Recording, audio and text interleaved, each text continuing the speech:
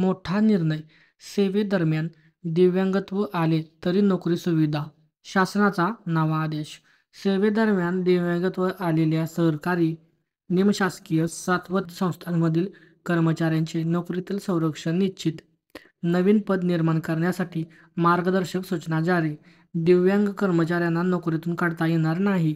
दिव्यांग व्यक्ती हक्क अधिनियम 2016 नुसार पदाचा दर्जा कमी करता येणार नाही. 4% आरक्षणाची प्रभावी अंमलबजावणी. दरवर्षी 1 जानेवारीला विभागीय माहिती संकेतस्थळावर प्रकाशित होणार. प्रत्येक 6 महिन्यांनी विभागीय आढावा घेण्याचे निर्देश.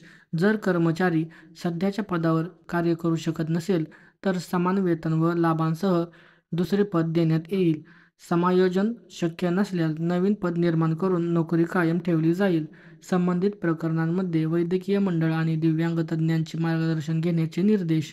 निर्णयामुळे दिव्यांग कर्मचाऱ्यांची नोकरी, दर्जा आणि हक्क अबाधित राहणार. आणि अशीच नवीन माहिती पाहण्यासाठी आपल्या चॅनलला फॉलो करा, सबस्क्राईब करा.